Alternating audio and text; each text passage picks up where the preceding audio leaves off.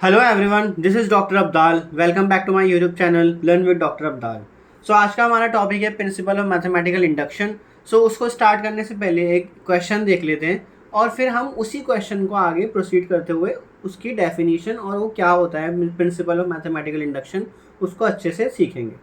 सो आपके पास क्या है एक ये question, imagine you have an infinite staircase. मतलब आपके पास एक स्टेयर केस है जो इनफाइनाइट है, ठीक है, चलती जा रही है वो स्टेयर केस। इमेजिन कर लो कि वो इस तरह से। So if you can step on to the first stair and if every time you are on a stair you can always step up to the next one. ठीक है, सबसे पहली चीज़ ये बोली गई कि आप फर्स्ट स्टेयर पे जो है वो कदम रख सकते हो अपना। You can step on to the first stair, ये यही लिखा है। नेक्स्ट क्या लिखा है, if every time you are on a stair you can always step up to the next one. मतलब अगर आप फिर उसके बाद किसी भी स्टेयर पर हो, फॉर एग्जाम्पल आप यहाँ पर हो तो आप जो है नेक्स्ट पे जा सकते हो। वो ये बोल रहा है कि अगर आप यहाँ पर हो, किसी भी स्टेयर पर हो तो आप उसके बाद नेक्स्ट वाली स्टेप ले सकते हो, नेक्स्ट स्टेयर पे जा सकते हो। सो फिर क्या बोलता है वो, can you reach every stair. तो मेन क्वेश्चन है आपका ये, क्या वो हर एक स्टेयर पे पहुंच सकता है, वाई और वाई नॉट, ये हमें बताना है। तो देखो, फर्स्ट तो उसने बोला कि आप फर्स्ट स्टेयर पे जो है कदम रख सकते हो, तो पहले स्टेयर पे तो आप पहुंच ही गए। अब उसके बाद वो ये बोलता है कि जब भी आप किसी भी स्टेयर पे होगे, जैसे कि यहाँ लिखा है, and if every time you are on a stair you can always step up to the next one. मतलब आप जब भी किसी भी स्टेयर पे होगे तो आप नेक्स्ट वाले पे भी जा सकते हो। अब अगर आप फर्स्ट पे हो तो नेक्स्ट वाले पे तो जा ही सकते हो ना। अगर आप सेकंड पे हो तो आप थर्ड पे जा सकते हो, थर्ड पे हो तो फोर्थ पे जा सकते हो। क्यों? क्योंकि उसने ये रूल बता दिया कि अगर जिस भी स्टेयर पे आप होगे उससे नेक्स्ट आप जा सकते हो। ठीक है, तो इस तरह करते करते आप जो है सारी स्टेयर्स कवर कर लोगे। सो यहाँ पे हमारा आंसर हो गया इसका यस।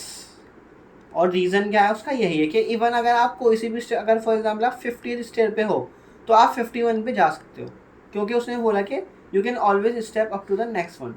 अगर आप 51 पे आ गए तो आप 51 से 52 पे जा सकते हो। तो इस तरह करते करते 52 पे हो तो 53 पे जा सकते हो। तो आप किसी भी नेचुरल नंबर एन के लिए जो है किसी भी स्टेयर केस पे जा सकते हो। तो इसका मतलब है आप सारी स्टेयर्स पे जा सकते हो। तो इसका आंसर यस होगा। तो यहीं से प्रिंसिपल ऑफ मैथमेटिकल इंडक्शन को हम रिलेट करेंगे। सो आइए स्टार्ट करते हैं। सो ये है हमारा प्रिंसिपल ऑफ मैथमेटिकल इंडक्शन का स्टेटमेंट। सो इसमें सबसे पहले क्या होता है, आपके पास एक स्टेटमेंट होता है जिसको हम पी एन से डिनोट करते हैं। मोस्ट ऑफ द बुक्स में इसको इसी तरह से डिनोट किया जाता है, मतलब कोई सा भी मैथमेटिकल स्टेटमेंट है। अब वो आगे मैं आपको क्वेश्चन से बताऊंगा कि किस तरह से होता है वो हमेशा एक नेचुरल नंबर एन पे डिपेंड हो रहा होगा। तो इसको हम प्रूफ कैसे कर देंगे, प्रिंसिपल ऑफ मैथमेटिकल इंडक्शन किसी भी स्टेटमेंट को प्रूफ करने के लिए कैसे अप्लाई करते हैं। उसमें फर्स्ट स्टेप होता है कि आप उसे n इज इक्वल टू 1 के लिए प्रूफ करोगे। ठीक है, जैसे कि यहाँ लिखा हुआ है base case, so show that P1 is true. सबसे पहले आप प्रूफ कर दोगे कि जो आपका मेन स्टेटमेंट है वो 1 के लिए जो है वो ट्रू है। उसके बाद नेक्स्ट क्या करोगे, आप अज्यूम करोगे। आपका जो सेकंड स्टेप होगा वो अज्यूम करने वाला होगा कि पी के जो है वो आपने अज्यूम कर लिया कि वो ट्रू है। मतलब तो आपका जो आपका मेन स्टेटमेंट है, जो आपका पी स्टेटमेंट है जो एन के लिए है, वो अब एन इज इक्वल टू के लिए ट्रू है। ठीक है, तो अज्यूम करने के बाद अब आप नेक्स्ट क्या करोगे, आप ये प्रूफ करोगे कि जो आपका स्टेटमेंट है पी वो के प्लस वन के लिए भी ट्रू है। मतलब आपने एन की वैल्यू के प्लस वन डाल दी, तो अज्यूम करा के लिए और प्रूफ कर दिया के प्लस वन के लिए। तो ये आपका सेकेंड स्टेप हो गया। अगर आपके दोनों स्टेप हो जाते हैं तो आप बोल दोगे कि आपका जो स्टेटमेंट है, आपका जो पी एन स्टेटमेंट है वो ट्रू है for all natural number n. तो ये आपका बनेगा प्रिंसिपल ऑफ मैथमेटिकल इंडक्शन। मतलब कि आपको बस फर्स्ट स्टेप के लिए प्रूफ करना है कि मतलब जो आप स्टेयर केस वाला एग्जांपल ले रहे थे कि आप फर्स्ट स्टेयर पे हमेशा जा सकते हो, तो आपने एन इज इक्वल टू 1 के लिए प्रूफ करा। उसके बाद उसने बोला जब भी आप किसी भी स्टेयर पर होगे, फॉर एग्जाम्पल आप के स्टेयर पर हो तो आप के प्लस वन स्टेयर पर भी जा सकते हो।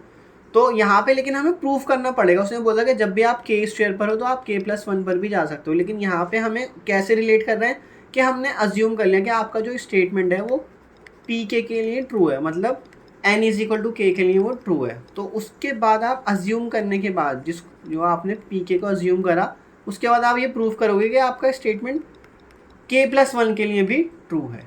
ठीक है, इसमें बच्चे कन्फ्यूज हो जाते हैं। N is equal to one के लिए प्रूफ करते हैं, पी के लिए अज्यूम करते हैं और फिर पी के अज्यूम करने के बाद pk+1 के लिए प्रूव करते हैं दोबारा से।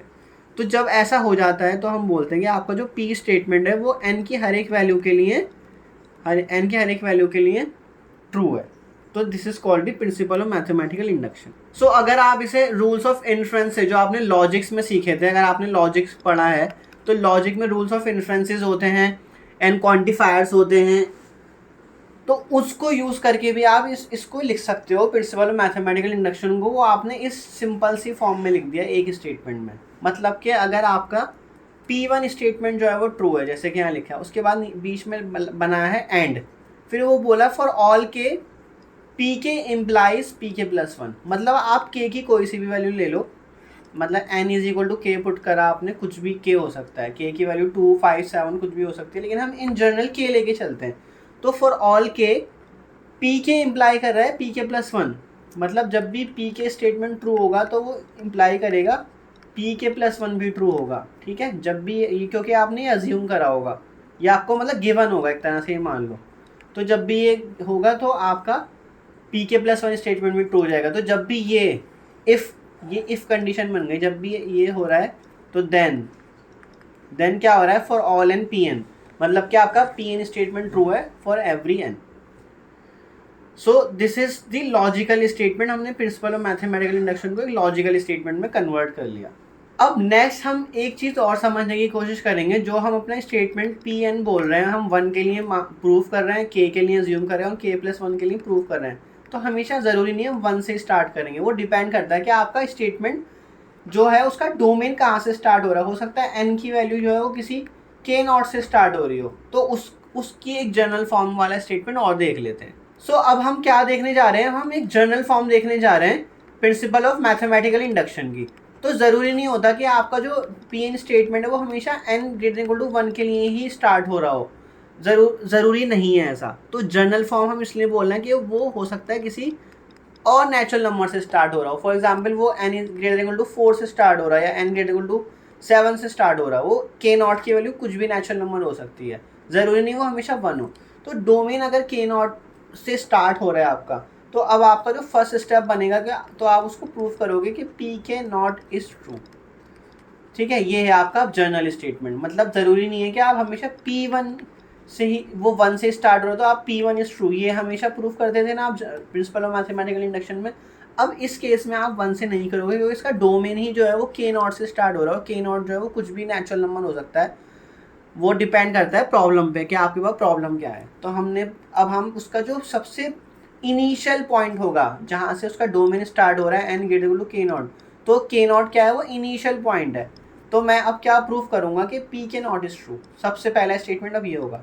फिर नेक्स्ट वही होगा कि pk को मैं अज्यूम करूँगा कि pk स्टेटमेंट आपका ट्रू होता है, तो इसको अज्यूम करने के बाद मैं प्रूफ करूँगा कि pk+1 भी ट्रू होगा। ठीक है, और ये जो k होगा अब वो k0 से ग्रेटर या इक्वल ही होगा। ऐसा नहीं है कि वो 1 के इक्वल हो जाएगा, वो हमेशा डोमेन में ही आना चाहिए, क्योंकि n की वैल्यू आप k0 लेके चल रहे हो तो ऑब्वियसली k भी उससे बड़ा ही हो गया, k0 से इनिशियल पॉइंट से बड़ा ही होगा। ठीक है, तो यहाँ पे देखो लिखा भी k इज k0। तो फर्स्ट स्टेप आपका चेंज हो गया कि pk0 is true. For example आपका डोमेन n>6 से स्टार्ट हो रहा है, तो आप बोलोगे p6 इज ट्रू। ठीक है, उसके बाद आप प्रूफ करोगे, अज्यूम करोगे कि pk इज ट्रू, pk जो है वो ट्रू, ये आप अज्यूम करोगे, ये याद रखना चीज़। और इसकी अज्यूम करने के बाद आप प्रूफ करोगे कि pk+1 इज ऑल्सो ट्रू। तो जब ऐसा हो जाएगा कि तो आपका pn स्टेटमेंट जो है वो ट्रू हो जाएगा, pn is true for every n। ठीक है, सो अब हम इसको क्वेश्चंस के थ्रू समझेंगे। तो क्वेश्चन के थ्रू इजीली समझ आ जाएगा कि प्रिंसिपल ऑफ मैथमेटिकल इंडक्शन कैसे अप्लाई होता है और कैसे काम करता है। तो आपके पास क्या है, prove that the sum of the first n natural number is n × n+1/2।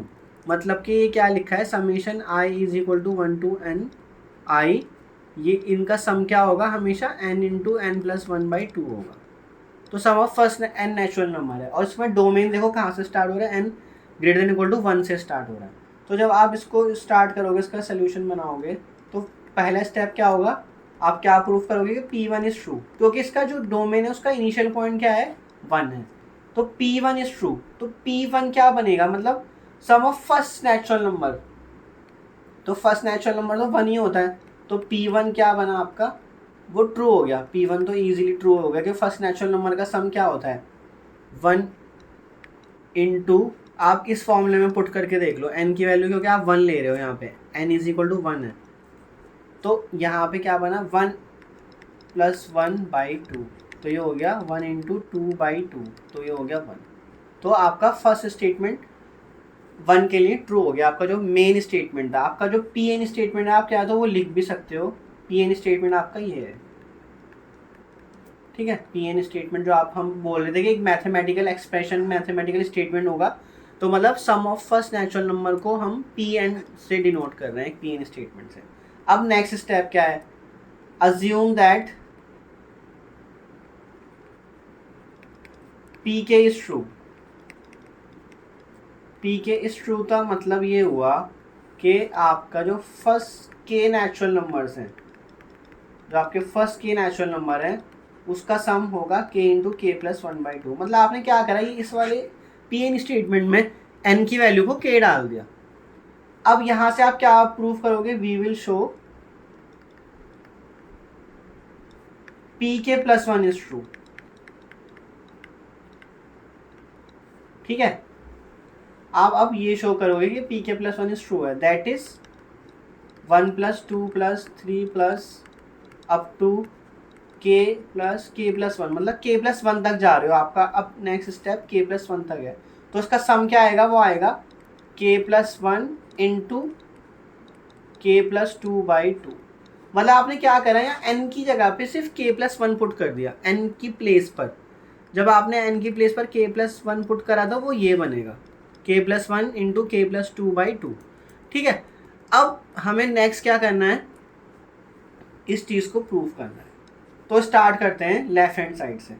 तो हमने स्टार्ट करा 1 प्लस 2 प्लस 3 प्लस, कहाँ तक जा रहा है ये k एंड k प्लस 1, ठीक है ना। First k plus 1 natural number का एडिशन कर रहे हैं। अब आपने अज्यूम क्या करा था, देखो ये हम इसको यूज़ करते हैं हमेशा, जो अज्यूम करते हैं। तो आपने अज्यूम करा था कि फर्स्ट k नेचुरल नंबर का सम क्या होगा, वो ये होगा k इंटू के प्लस 1/2, तो k इंटू के प्लस 1/2 मतलब इसके इक्वल आ गया। तो फर्स्ट k नेचुरल नंबर्स का सम आपने अज्यूम कर रखा है ऑलरेडी, और उसमें आप k प्लस 1 ऐड कर रहे हो। तो आपने क्या करना है भाई, एलसीएम लेके इसको ऐड कर लो। तो इसके नीचे डिनोमिनेटर में 1 है 2, तो ये हो गया k इंटू के प्लस 1, और ये हो गया 2 इंटू के प्लस 1। सिर्फ दोनों को ऐड कर रहे हैं, इन दोनों टर्म्स को, और वहाँ से आप हम अपना आंसर निकालने की कोशिश कर रहे हैं। तो ये क्या बनेगा आपका, k प्लस 1 दोनों में से कॉमन ले लो, ठीक है। इसमें k प्लस 1 कॉमन आ रहा है, तो बच क्या रहा है इसमें, k प्लस 2 बच रहा है डिवाइड बाई। तो ये क्या आ गया जो आपको प्रूफ करना था, k प्लस 1 इंटू के प्लस 2/2। तो ये आपका first k plus 1 natural number का सम वही आ गया जो आपने शो करना था। सो इसका मतलब क्या हो गया, this implies Pn is true for all n greater than equal to 1, ठीक है। मतलब आपका Pn स्टेटमेंट जो आपने यहाँ अज्यूम करा था, तो Pn स्टेटमेंट जो है वो ट्रू है हर एक n के लिए। सो नेक्स्ट क्वेश्चन देखते हैं कि use mathematical induction to prove that 2 raised power n is less than n factorial for every integer n greater than equal to 4, ठीक है। तो इसमें सबसे पहले आप Pn स्टेटमेंट लिख लो। Pn स्टेटमेंट क्या है कि 2 raised power n जो है वो लेस देन n फैक्टोरियल है for n greater than equal to 4, ये आपका Pn स्टेटमेंट बन गया, ठीक है। अब आप फर्स्ट स्टेप यहाँ पे आपका इनिशियल पॉइंट देखो क्या है, इनिशियल पॉइंट आपका 4 है, तो आप क्या प्रूफ करोगे, मतलब यहाँ लिख लो आप, we will show P4 is true,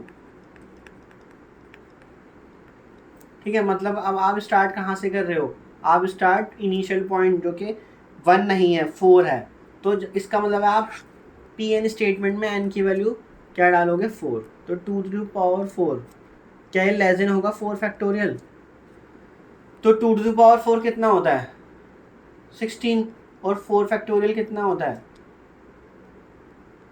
24, तो ऑब्वियसली 24 जो है वो 16 से ग्रेटर होता है, तो इस वजह से क्या होगा आपका ये स्टेटमेंट ट्रू हो गया. So this implies P4 is true. तो ये आपका फर्स्ट स्टेप आया. अब second step, assume that Pk is true. तो Pk इसमें क्या बनेगा, that is 2k is less then k factorial. ये आपका Pk स्टेटमेंट बन गया, ये आपने अज्यूम करा है. So now we will show, तो इसको इस तरह से लैंग्वेज में लिखोगे तो और ज़्यादा क्लियर हो जाएगा. We will show that Pk+1 is true. मतलब क्या होगा इसका मतलब, that is 2k+1 is less than k+1 factorial. ये हमें अब क्या करना है, शो करना है. We will show. So start करते हैं. हम लेफ्ट हैंड साइड से स्टार्ट करते हैं यहाँ से और प्रूफ कर देंगे राइट हैंड साइड, मतलब इनइक्वालिटी प्रूफ कर देंगे. तो 2k+1 से स्टार्ट करते हैं. ठीक है, इसको हमने कंसीडर कर लिया. तो इसको हम क्या लिख सकते हैं, 2 × 2k लिख सकते हैं. अब क्या मैं 2 को k+1 से लेस लिख सकता हूँ, मतलब सिर्फ इस वाले पार्ट को 2 को मैंने k+1 से लेस लिखा है. क्यों लिख सकते हैं, क्योंकि k की वैल्यू कहाँ से स्टार्ट हो रही है, n क्योंकि ग्रेटर देन 4 दे रखा है, तो k की वैल्यू भी ऑब्वियसली 4 से ग्रेटर होगी. क्योंकि आपका जो भी यहाँ पे आप लिख रहे हो k या k+1 जो भी लिख रहे हो, वो हमेशा k की वैल्यू जो है वो 4 से तो ग्रेटर ही रहेगी. तो इसका मतलब मैं 2 को k+1 से लेस लिख सकता हूँ, और जो उसके साथ मल्टीप्लिकेशन में वो मैंने एज इट इज़ लिख दिया. तो इसका मतलब यहाँ पे सिर्फ और सिर्फ इनइक्वालिटी क्यों आ रही है, क्योंकि 2 जो है वो k+1 से लेस है. बस इस वजह से इनइक्वालिटी मेंटेन हो पा रही है, क्योंकि k की मिनिमम वैल्यू क्या होगी 4.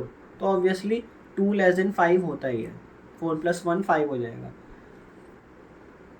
अब नेक्स्ट 2k जो है वो आपने अज्यूम क्या करा था, अज्यूम करा था कि 2k जो है वो लेस देन है k फैक्टोरियल से. तो मैं इसको फिर से क्या लिख सकता हूँ, less than k+1 × k factorial. और ये वैल्यू क्या बनती है, अगर आपको फैक्टोरियल की नॉलेज है, फॉर एग्जांपल अगर आपके पास ये लिखा है 5 × 4 फैक्टोरियल, तो ये क्या बनता है, 5 फैक्टोरियल बनता है. तो मैं इसको क्या लिख सकता हूँ, k+1 फैक्टोरियल. तो यही हमें प्रूफ करना था कि 2k+1 जो है वो लेस देन है k+1 फैक्टोरियल. तो देखो 2k+1 से आपने स्टार्ट करा और लेस देन प्रूफ कर दिया k+1 factorial. So this implies 2k+1 is less than k+1 factorial. So this implies Pn is true for all n greater than equal to 4. ठीक है. सो हमने बाय यूजिंग दी, तो यहाँ पे आप लिख भी सकते हो जब भी आप ये क्वेश्चन इस तरह से प्रूव करो, by principle of mathematical induction. क्योंकि जब भी प्रिंसिपल ऑफ मैथमेटिकल इंडक्शन में कोई स्टेटमेंट इनिशियल पॉइंट के लिए ट्रू हो जाता है और k के लिए अज्यूम करने के बाद वो k+1 के लिए भी प्रूव हो जाता है, तो हम बोल देते हैं कि वो स्टेटमेंट जो है वो हर एक n के लिए प्रूव है, तो उसके डोमेन में. सो नेक्स्ट हमारे पास क्वेश्चन है, use mathematical induction to prove that n is less than 2n for all positive integer n. ठीक है. अब यहाँ पॉजिटिव इंटीजर n लिया है, इसका मतलब सबसे पहला पॉजिटिव इंटीजर क्या होता है, 1 होता है. तो आपके पास पी इन स्टेटमेंट क्या बन रहा है यहाँ पे, that n is less than 2n. ठीक है, ये आपका पी इन स्टेटमेंट बन रहा है. और पॉजिटिव इंटीजर n का मतलब है आप n ग्रेटर देन 1 से इसका डोमेन स्टार्ट हो रहा है आपका पी n का. तो आपका फर्स्ट स्टेप क्या होगा, फर्स्ट स्टेप आप लिखोगे we will show P1 is true. इसका अलावा आपके पास जो Pn स्टेटमेंट है उसमें आप 1 डालोगे, तो इसमें 1 डालोगे तो क्या ये ट्रू होगा, क्या 1 इज लेस देन 2^1 होता है, तो यस ये होता है, which is true. So this implies P1 is true. तो ये प्रूव हो गया. Next assume that. ठीक है, अगर मैं बार बार लिख रहा हूँ तो ये आपको याद हो जाना चाहिए. अब assume that Pk is true. ठीक है, that is k is less then 2k. मतलब मैंने क्या करा, जो आपका Pn स्टेटमेंट था उसमें n की वैल्यू k डाल दिया और मैंने अज्यूम कर लिया कि वो होल्ड करता है k की वैल्यू के लिए, n के प्लेस पे k डाल दिया. तो अब हम क्या प्रूफ करेंगे, we will show that Pk+1 is true. ठीक है, मतलब कि that is k+1 is less than 2 k plus 1, ये हमें क्या करना है, प्रूफ करना है। अब अज्यूम करा k के लिए और प्रूफ करेंगे k प्लस 1 के लिए। तो हम स्टार्ट कहाँ से कर रहे हैं, स्टार्ट करते हैं k प्लस 1 से, मतलब हम कंसिडर कर रहे हैं k प्लस 1 को, और इसी को एक्सटेंड करते करते हम अपनी कंक्लूजन तक ले जाएंगे। तो क्या मैं k प्लस 1 को लेस देन 2 k प्लस 1 लिख सकता हूँ? वाई? क्योंकि k जो है वो 2 k से लेस है, क्योंकि k जो है वो 2 लेस है 2 k से। ये कहाँ से आया, ये यहाँ से आया जो आपने अज्यूम करा है। ठीक है, तो अजम्पशंस को हम हमेशा यूज़ करते हैं, अज्यूम ऐसे ही नहीं करते किसी भी चीज़ को, वो आगे यूज़ होती ही होती है। अब क्या मैं इसको 2 k से लेस प्लस 1 को किससे लेस कर रहा हूँ, 2 k से कर सकता हूँ। मैंने सिर्फ देखो 2 k तो यहाँ फिक्स था, वो फिक्स है, लेकिन 1 को क्या मैं 2 k से लेस लिख सकता हूँ? ऑब्वियसली लिख सकता हूँ। क्यों? क्योंकि k की वैल्यू मिनिमम क्या हो सकती है, 1। तो k की वैल्यू 1 भी डालोगे तो राइट हैंड साइड 1 आएगा, अगर k की वैल्यू 2 डालोगे तो राइट हैंड साइड 4 आएगा। तो मैं इसको लिख सकता हूँ इसे। तो अब ये क्या बन गया, 2 इंटू 2 k बन गया, और इसको मैं क्या लिख सकता हूँ, 2 k प्लस 1। तो आपने स्टार्ट कहाँ से करता, k प्लस 1 से, और कहाँ पहुँच गए, 2 k प्लस 1 तक। सो this implies k plus 1 is less than 2 k plus 1। So this implies pk plus 1 is. तो आपने जो अज्यूम शो करना था, वी विल शो था ना, तो वो प्रूव हो गया। So this implies P N is true for all n greater than equal to 1 by principle of mathematical induction. मतलब हर एक एन के लिए आपका जो स्टेटमेंट है, मतलब एन हमेशा 2 n से लेस होगा for every n, for every natural number. So next question है आपके पास के 1 + 3 + 5 + 2n माइनस, मतलब starting n odd natural number का सम जो है वो n स्क्वायर होता है, ये आपको प्रूफ करना है, और n की वैल्यू ग्रेटर देन 1 है। ठीक है, तो सबसे पहले क्या होता है, सबसे पहले तो आप pn लिखोगे, तो pn स्टेटमेंट आपका क्या बनेगा, pn स्टेटमेंट है आपका 1 + 3 + 5 up to so on 2n - 1, ठीक है, is equal to n square. ये आपका pn स्टेटमेंट हो गया। तो फर्स्ट आपका क्या है, that we will show that P1 is true। ठीक है, हमें प्रूव करना है कि P1 is true है, that is 1 first natural number का सम 1 स्क्वायर होगा। तो क्या होगा ऐसा, यस होगा। तो ये तो प्रूफ करने की जरूरत ही नहीं है, तो ट्रू ही होता है। सेकंड अज्यूम करेंगे अब हम, तो assume that Pk is true. ठीक है, इसमें आधा टाइम तो लैंग्वेज में ही निकल जाता है। दैट इज 1 + 3 + 5 अप टू, कहाँ तक जाओगे, n के प्लेस पे k डाल दोगे आप, n के प्लेस पे k डालना है, तो 2k - 1। तो इसका सम क्या होगा, आप फर्स्ट के और नेचुरल नंबर की बात कर रहे हो, आपने n के प्लेस पे k डाला है, तो k स्क्वायर होगा। तो ये आपने अज्यूम कर लिया कि ये k के लिए होल्ड कर रहा है। सो वी विल शो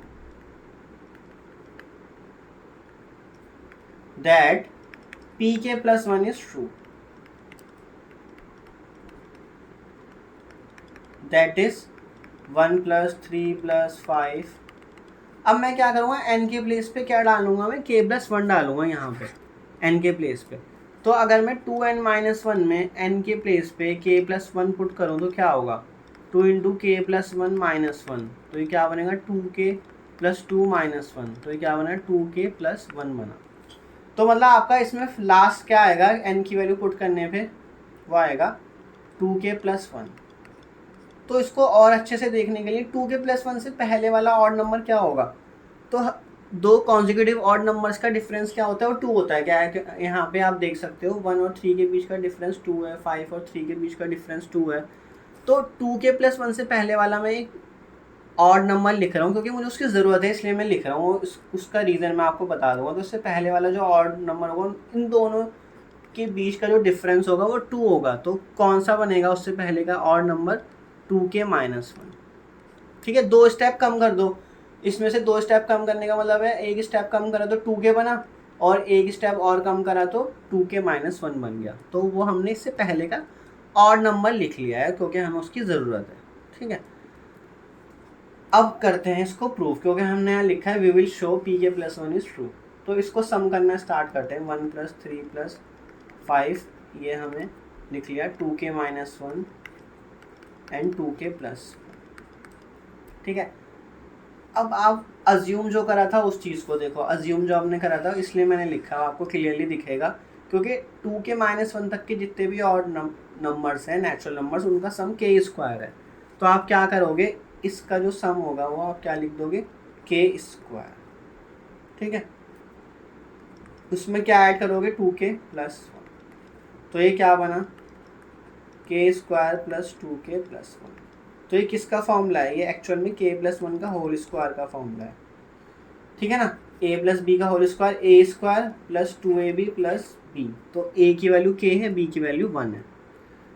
तो आपको यही तो प्रूफ करना था। और अगर मैं इसको, मैंने पूरा स्टेटमेंट यहाँ नहीं लिखा था कि pk + 1 इज ट्रू, तो pk + 1 क्या बनेगा एक्चुअल में, अगर मैं इसको आगे पूरा भी करूँ एक्सटेंड, तो यहाँ पे n की वैल्यू आप क्या डालोगे k + 1 डालोगे, तो ये इसके इक्वल आना चाहिए। तो आखिरी में हमारा ये सम किसके इक्वल आ गया, ये k + 1 का होल स्क्वायर के इक्वल आ गया। So this implies pk + 1 is true, ठीक है। ये जो आपने लिखा था यहाँ पे देखो, we will show that pk + 1 is true, ये यहाँ तक कंप्लीट हुआ है पूरा स्टेटमेंट, ठीक है ना। इसमें कंफ्यूज मत होना आप, वी विल शो, मैंने पूरा लिखा नहीं था तब। तो आपका pk + 1 जो है वो ट्रू हो गया। So this implies pn is true for all n, ठीक है। और n क्या है और, ठीक है, या इवन आप n ही लिख सकते हो क्योंकि वो फॉर्मूला ही इस तरह से बनाया गया है कि उसमें n की वैल्यू ही डलेगी by principle of mathematical induction, ठीक है ना। क्योंकि यहाँ पे आप जैसे कुछ भी n की वैल्यू डालोगे तो वो ऑड नंबर ही बनेगा, n की वैल्यू 1 डालोगे तो 1 बनेगा, n की वैल्यू 2 डालोगे तो 3 बनेगा, तो वो ऑड नंबर बनाने के लिए ही जानबूझ के 2n - 1 लिखा गया है। तो आपका स्टेटमेंट ये हमेशा हर एक n के लिए प्रूव हो गया है। सो नेक्स्ट क्वेश्चन है, use the principle of mathematical induction to prove that 2⁻2n - 1 is divisible by 3 for all integer n > 1। तो सबसे पहले आप क्या करते हो, स्टेटमेंट मान लेते हो सबसे पहले तो pn, तो pn स्टेटमेंट आपकी यहाँ क्या बनेगी 2⁻2n - 1, ठीक है। n यहाँ पे > 1 के लिए चल रहे हो आप, और इसको पूरा भी लिखना है वैसे, इज डिविजिबल बाई 3, ये आपकी बन गई पूरी pn स्टेटमेंट। तो सबसे पहले हम इसको किसके लिए प्रूव करेंगे, 1 के लिए। तो पहला स्टेप आया p1 इज ट्रू, या आप लिख लेना वी विल शो। तो p1 क्या बनेगा 2⁻2 × 1 - 1, तो क्या बना 2⁻2 - 1 दैट इज 4 - 1 दैट इज 3। तो क्या 3 डिविजिबल बाई 3 है, यस डिविजिबल बाई 3, तो जो कि ट्रू है। तो this implies p1 is true. अब next assume that pk is true, तो pk स्टेटमेंट ट्रू है, that is 2⁻2k - 1 is divisible by 3, ये होगा, होल्ड करेगा, ये अज्यूम कर लिया हमने इसको। तो अब हम यहाँ से क्या प्रूफ करने जाएंगे कि we will show that pk + 1 is true,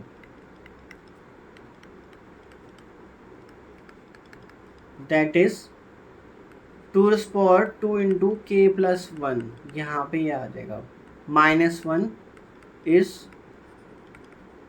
divisible by 3, ठीक है। सिंपल सा है। तो इसमें कैलकुलेशन में हमें वह इतना दिखाना है कि ये जो टर्म बन रही है ना आपकी, ये 3 से डिविजिबल है, ठीक है। तो स्टार्ट करते हैं इसको करना। तो आपको स्टार्ट यहीं से करना है 2⁻2 × k + 1 - 1। तो इसको एक्सटेंड कर देते हैं, 2 को मल्टीप्लाई कर देते हैं अंदर, तो क्या बनेगा 2⁻2k + 2 - 1 बनेगा। तो ये क्या बनेगा 2⁻2 के अलग कर लो और 2² अलग कर लो, -1 कर लो उसको, ठीक है। अब इसको हम क्या लिख सकते हैं 2⁻2k × 4 - 1, ठीक है। मतलब इसका 4 टाइम्स है, तो इसका 4 टाइम्स है तो हम इसको 3 टाइम्स एक अलग जगह लिख लिया और 1 टाइम एक अलग जगह लिख लिया, लिख सकता हूँ 3 टाइम्स 1 1 टाइम 1, तो दोनों ऐड करोगे तो वापस से 4 टाइम्स हो जाएगा, जो कि यहाँ लिखा है। अब ये तो एज इट इज रहने दो। ऊपर क्या लिखा है, 2^2k-1 जो 3 से डिविजिबल है। ठीक है, इस चीज़ को देखो अच्छे से। अगर कोई भी नंबर 3 से डिविजिबल है, ठीक है, इसका मतलब वो 3 का मल्टीपल होगा। मतलब कि 2^2k-1 जो है वो 3 से डिविजिबल है, मतलब कुछ इंटीजर k आ रहा होगा ना वो, या q आ रहा होगा कुछ। ठीक है, तो आप क्या लिख सकते हो, 2^2k-1 को 3 इंटू क्यू फॉर्म में लिख सकते हो। q क्या है, कोई इंटीजर होगा। तो मैंने क्या करा, इस वाली टर्म को 2^2k-1 जो कि मैंने अज्यूम करा हुआ है ऊपर, according to the principle of mathematical induction का जो स्टेप होता है सेकंड, तो उसको मैं लिख सकता हूँ 3 इंटू क्यू। ठीक है, क्योंकि ये अज्यूम करा है 2^2k-1 3 से डिविजिबल है, तो 3 से डिविजिबल है तो उसका मतलब ये 3 का मल्टीपल होगा।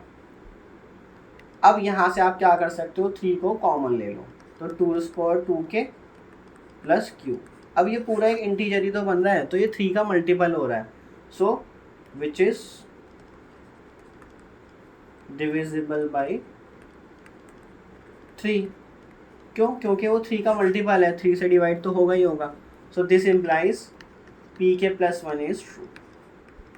तो आप pk+1 में आपने ये तो लिखा था कि pk+1 इज ट्रू है, मतलब 2^2k+1 - 1 इज डिविजिबल बाई 3। तो यही तो हमने प्रूव करा है।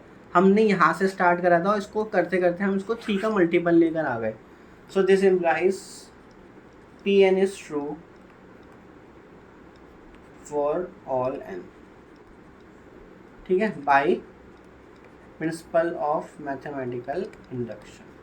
सो नेक्स्ट हम प्रूव करते हैं using the principle of mathematical induction that for all natural number n following identity hold. मतलब 1 × 1 factorial plus 2 × 2 factorial plus 3 × 3 factorial plus n × n factorial का सम क्या आना चाहिए, n+1 फैक्टोरियल -1 आना चाहिए।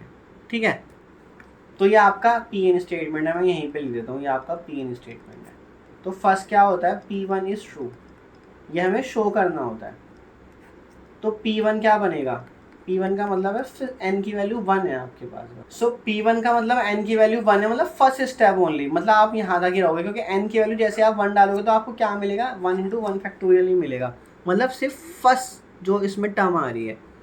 अगर टू टर्म्स का मतलब P2 का मतलब है 2 टर्म्स का सम, P3 का मतलब है 3 टर्म्स का सम। तो 1 × 1 फैक्टोरियल ये कितना होगा, 1 ही होगा ना, ये सॉरी 1 होगा, फैक्टोरियल नहीं। और यहाँ पे राइट हैंड साइड पे भी आप क्या डाल दो, राइट हैंड साइड चेक कर लो आप, ये तो आपकी लेफ्ट हैंड साइड आ गई। राइट हैंड साइड में जब n की वैल्यू 1 डालोगे तो क्या बनेगा, 1 + 1 factorial -1 that is 2 factorial -1 that is 2 - 1 that is 1। तो लेफ्ट और राइट दोनों इक्वल आ गए, तो इसका मतलब आपका P1 स्टेटमेंट ट्रू है। तो this implies P1 is true. So next step, assume that pk is true। ठीक है, तो वो क्या बनेगा आपका, जब आप n की वैल्यू k पुट कर दोगे, तो that is 1 × 1 factorial plus 2 × 2 factorial, कहाँ तक जाओगे, k × k फैक्टोरियल तक जाओगे। तो क्या बनेगा, n की वैल्यू जैसे आपने k डाल दी तो k+1 फैक्टोरियल -1 बन गया। तो ना नेक्स्ट क्या प्रूफ करोगे आप, we will show that pk+1 is true. तो क्या बनेगा वो, 1 × 1 factorial plus 2 × 2 factorial up to k × k factorial और k+1 × k+1 फैक्टोरियल, ये बनेगा। और ये किसके इक्वल आना चाहिए, मतलब यहाँ पे n की वैल्यू क्या डाल दोगे आप, n की वैल्यू k+1 डाल दोगे, तो जैसे ही n की वैल्यू k+1 डाली तो क्या बना, k+2 फैक्टोरियल। ठीक है ना, हमें इस पूरे स्टेटमेंट को तो बनाना होता है, k और k+1, k के लिए अज्यूम करा तो k डाल दिया, और k+1 के लिए प्रूफ करना है तो k+1 डाल दिया, n की वैल्यू -1। तो हमारे पास ये आना चाहिए जो वी विल शो है, हम ये शो करेंगे। तो स्टार्ट कर लेते हैं इसके लेफ्ट हैंड साइड से, जो इसी का लेफ्ट हैंड साइड है उससे स्टार्ट कर लेते हैं। तो 1 × 1 फैक्टोरियल, 1 × 1 फैक्टोरियल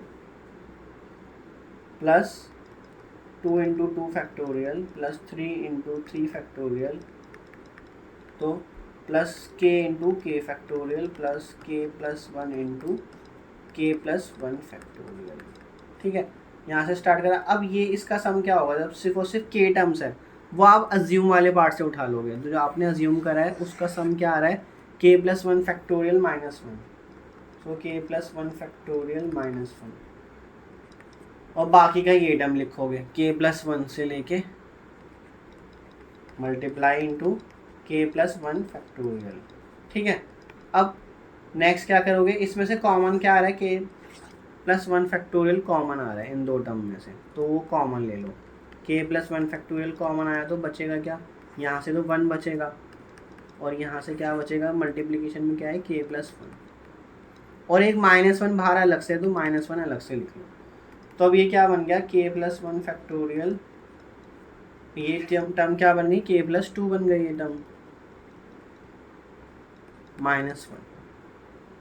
ठीक है, अब के प्लस 2 इंटू के प्लस 1 फैक्टोरियल क्या होगा, के प्लस 2 फैक्टोरियल हो जाएगा ना, मतलब कि ये इस तरह से लिखा है 7 इंटू 6 फैक्टोरियल, तो ये बनता है 7 फैक्टोरियल, क्योंकि के प्लस 2 के प्लस 1 से बड़ा है तो इसलिए के प्लस 2 फैक्टोरियल आ गया, और यहाँ तक पूरा टर्म का फैक्टोरियल है और बाहर आ जाएगा माइनस 1। तो आपको यही तो प्रूफ करना था, देखो ये सेम चीज़ आ गई दोनों, तो हमें जो हमने शो करना था वही चीज़ आ गई, राइट हैंड साइड बन के आ गई। लेफ्ट हैंड साइड से हमने स्टार्ट करा था और हम कहाँ पहुँच गए, राइट हैंड साइड तक पहुँच गए। तो this implies P K plus 1 is true, so this implies P N is true for all N by principle of mathematical induction.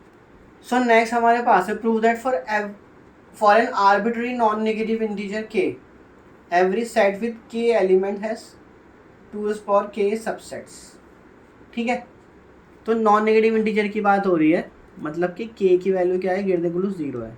तो आपको बताना है जिस भी सेट की कार्डिनलिटी k है तो उसके कितने सबसेट होंगे, मतलब पावर सेट ऑफ a की कार्डिनलिटी क्या होगी, 2 to the power k होगी, ये आपको प्रूफ करना है।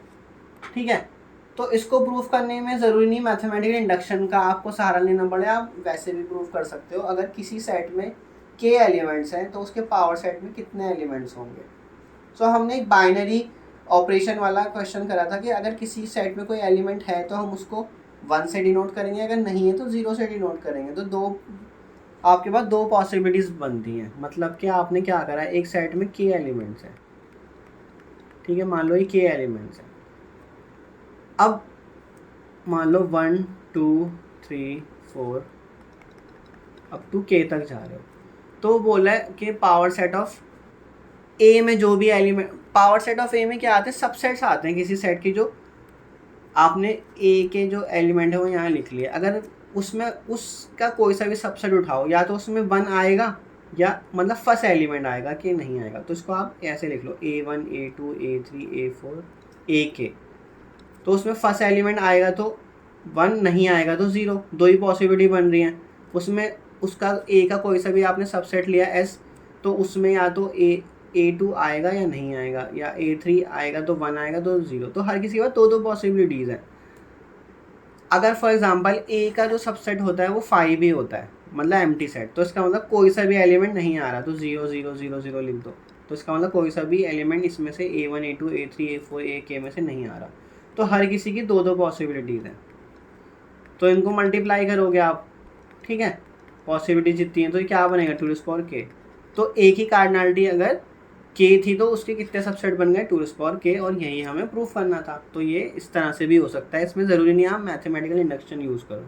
सो नेक्स्ट है हमारे पास एक और टॉपिक है जो कि है recursively defined function. Recursively defined function देखो एग्जाम्पल के थ्रू समझ लेते हैं। ये इस तरह से पैटर्न पे होते हैं कि एक जो नेक्स्ट वैल्यू हम निकाल रहे होते हैं वो प्रीवियस वैल्यू पे डिपेंड कर रही होती है। मतलब कि अगर मैं यहाँ पे n की वैल्यू 1 डाल दूँ तो ये फंक्शन किस शक्ल में आ जाएगा, f1 is equal to 1 into f1 minus 1। तो क्या बना ये, f1 is equal to 1 into f0। अब n की वैल्यू ये 1 डालने पे आया था, n की वैल्यू अगर मैं यहाँ 2 डाल दूँ इस फंक्शन में, इस फंक्शन में n की वैल्यू 2 डाल दूँ तो क्या होगा, तो ये बन जाएगा F2 is equal to 2 into 2 minus 1 तो 1 बना। फिर n की वैल्यू 3 डाल दो। कहाँ डाल रहे हैं हम ये वैल्यू? यहाँ डाल रहे हैं n की वैल्यूज। तो ये क्या बन जाएगा?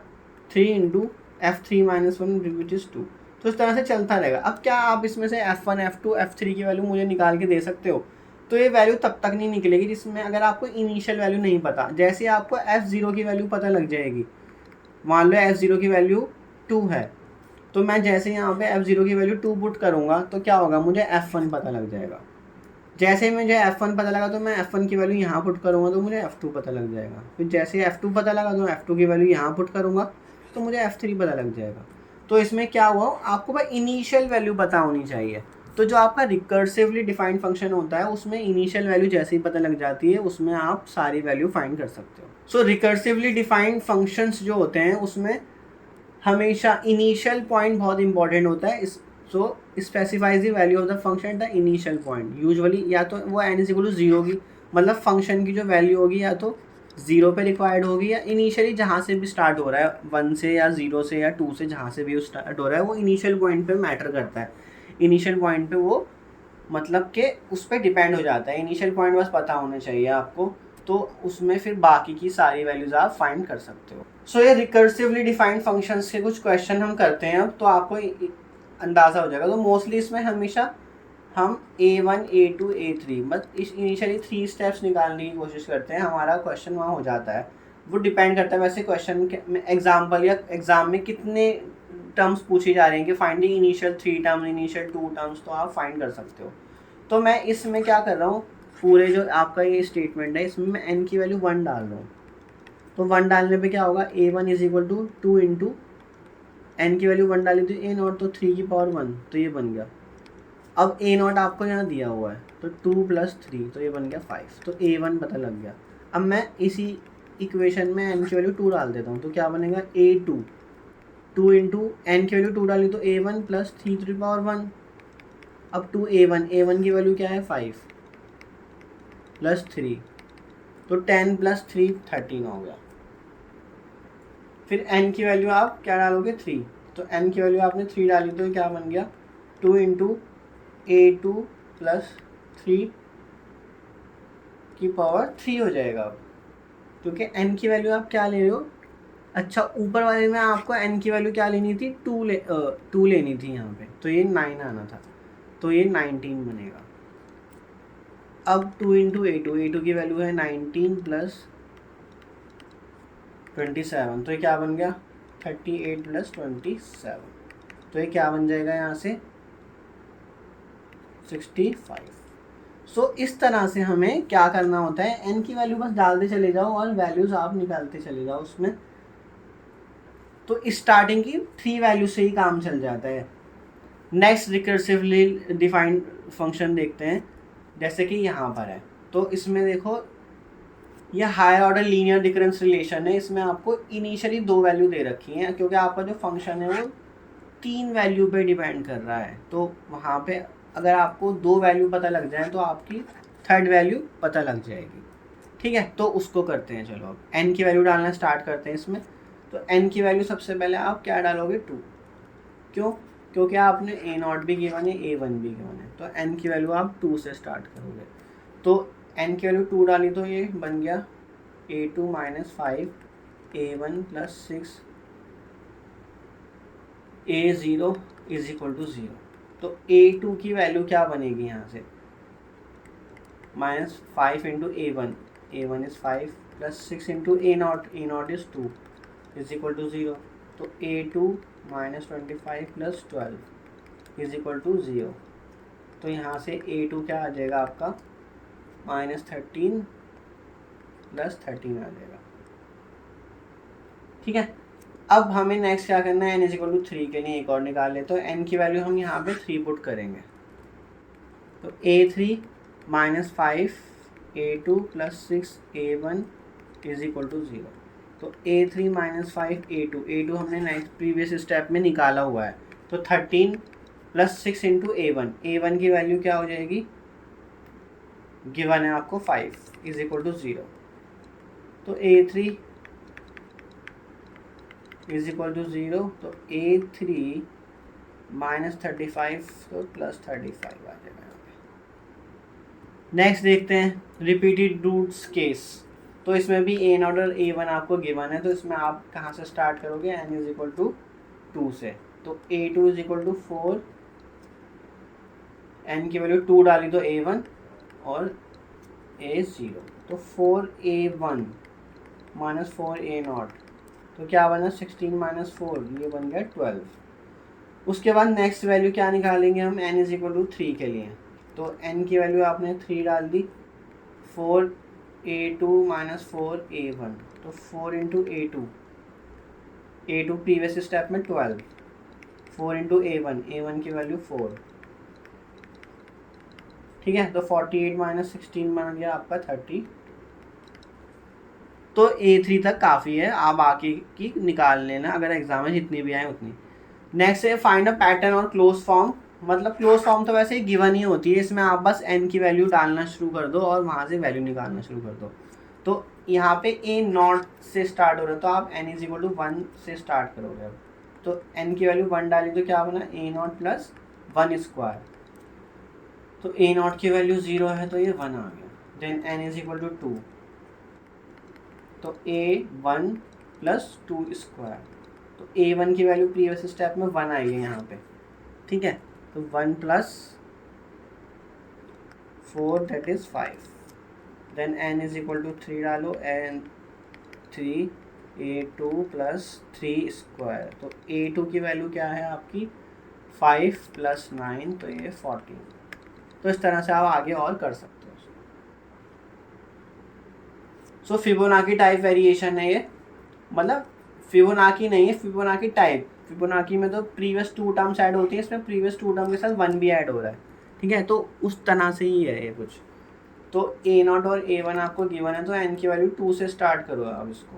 तो n A2, तो क्या बनेगा ये A1 प्लस A0 प्लस 1, तो प्रीवियस वैल्यूज प्लस 1, तो ये बन गया 2। n इज इक्वल टू 3 डाल दो, तो A3 क्या बनेगा A2 प्लस A1 प्लस 1, तो A2 की वैल्यू क्या बनेगी आपकी 2 और A1 की वैल्यू क्या बनेगी 1 प्लस 1, तो 4। फिर n की वैल्यू 4 डाल के देख लेते हैं, चलो। तो A3 प्लस A2 प्लस 1, तो प्रीवियस 2 वैल्यूज उठानी होती हैं, 4 प्लस 2 प्लस 1, तो ये हो गया 7। तो A0 आपका 0 1 4 2 4 7, मतलब प्रीवियस 2 वैल्यू ऐड भी हो रही है। मतलब किस तरह से बन रहा है 0 1 2 4 7, प्रीवियस 2 वैल्यूज ऐड भी हो रही हैं और साथ में 1 भी ऐड हो रहा है। इस तरह से हो रहा है, प्रीवियस 2 वैल्यू ऐड हुई तो 0 प्लस 1 और फिर प्लस 1 और कर दिया तो 2 आ गया, फिर 1 प्लस 2 करा तो 3 और 3 में 1 ऐड कर दिया और तो 4 आ गया। तो नेक्स्ट बता सकते हो क्या आएगा, आपको कमेंट करके बताना इसमें नेक्स्ट वैल्यू क्या आएगी, बिना इसको सॉल्व करे हुए। बाकी की टर्म खुद से लिखने की कोशिश करना, बाकी की कम से कम आप 5 टर्म्स मुझे लिख के दिखाना कमेंट बॉक्स में कि इसको बिना सॉल्व करे पैटर्न देख के, सिर्फ और सिर्फ पैटर्न देखना है आपने कि पैटर्न क्या बन रहा है। सो नेक्स्ट है which of the following recurrences grows faster. तो अब आपको ये दिखाना है कि कौन सा रिकरेंस फास्टर ग्रो करता है। अब इसमें देखना इनिशियल वैल्यू नहीं दे रखी, तो जब इस तरह से कुछ क्वेश्चन आए तो इनिशियल वैल्यू आप अपने पास से अज्यूम कर लो। तो अज्यूम कर लोगे तो आप इजीली उसको सॉल्व कर पाओगे, वरना बिना अज्यूम करे भी वैसे तो इसको कर सकते हैं, थोड़ा हायर मैथमेटिक्स इन्वॉल्व करके, बट सिंपल तरीका है इनिशियल वैल्यू अज्यूम कर लो। तो करते हैं इसको स्टार्ट। देखो अगर मैं A0 की वैल्यू 1 ले लूँ और B0 की वैल्यू भी 1 ले लूँ, तो उसके कुछ इनिशियल टर्म्स निकाल के देखते हैं। तो n इज इक्वल टू 1 के लिए क्या बनेगा A1 is equal to 2 into A0, और A0 की वैल्यू क्या दे रखी है 1, तो ये बन गया। तो n इज इक्वल टू 2 के लिए देखते हैं, तो A2 इंटू 2A1, तो 2 इंटू 2 4 बन गया। फिर n इज इक्वल टू 3 के लिए देखते हैं, तो A3 तो 2 इंटू A2, ये मैं सिर्फ यहाँ पे n की वैल्यू पुट करता चला जा रहा हूँ। तो A2 की वैल्यू आपने क्या निकाल रखी है 4, तो यहाँ पे आप 4 डाल दो, तो ये बन जाएगा 8। फिर n की वैल्यू 4, तो A4, तो 2 इंटू यहाँ पे n की वैल्यू 4 डाला तो 2 इंटू A3, और A3 की वैल्यू प्रीवियस स्टेप में क्या आई है 8, तो 2 इंटू 8 तो 16। तो इस तरह से ये चलता चला जाएगा। अब n की वैल्यू 1 के लिए यहाँ पे, क्योंकि n की वैल्यू 1 के लिए अब हम b वाला रिकरेंस रिलेशन सॉल्व करेंगे, दैट इज़ ये bn is equal to bn minus 1 plus n। तो n की वैल्यू यहाँ पे 1 डालो तो क्या बनेगा, b1 is equal to B naught plus n की वैल्यू 1 है, तो बी नॉट की वैल्यू आपको 1 दे रखी है, यहाँ पे हमने अज्यूम करी थी ये खुद से ताकि हम इसको सॉल्व कर सकें, तो 2 आ गया। अब b2 मतलब कि n की वैल्यू यहाँ पे आपने 2 पुट कर दी, तो b2 is equal to b1, n की वैल्यू 2 पुट करने में प्लस n की वैल्यू 2 है, तो b1 की वैल्यू आपने प्रीवियस स्टेप में 2 निकाली है, तो 2 plus 2 is equal to 4। Then next n की वैल्यू 3 ली, तो ये आ गया b3 plus b2 plus n की वैल्यू 3, तो b2 की वैल्यू 4 थी तो 3, तो ये 7 हो गया। फिर n की वैल्यू 4, तो b4 प्लस b3 प्लस 4, तो b3 की वैल्यू क्या है 7, 7 प्लस 4 क्या है 11। तो अब आप देखो, आपको यहाँ से पैटर्न दिख रहा होगा, इनिशियली 2 था, ये भी 2 था, फिर ये 4 था, सेकंड स्टेप में ये भी 4 था, थर्ड स्टेप में ये 8 है, ये 7 हो गया, फिर फोर्थ स्टेप में ये 16 है, ये 11 हो गया। तो इसकी जो ग्रोथ रेट है वो कम होती जा रही है, ये स्लोली ग्रो कर रहा है, लेकिन ये फास्टर ग्रो करेगा। आप थोड़ी सी एटलीस्ट 5-6 तक की टर्म और निकालना, 7 की निकालना, तो आपको और अच्छे से दिखेगा कि ये ज़्यादा फास्ट ग्रो करेगा। 16 के बाद ये 32, फिर 64, 128 इस तरह से आएगा, ये 11 के बाद जो है 16 आएगा, तो इस तरह से ये जो है फास्टर ग्रो ये करेगा।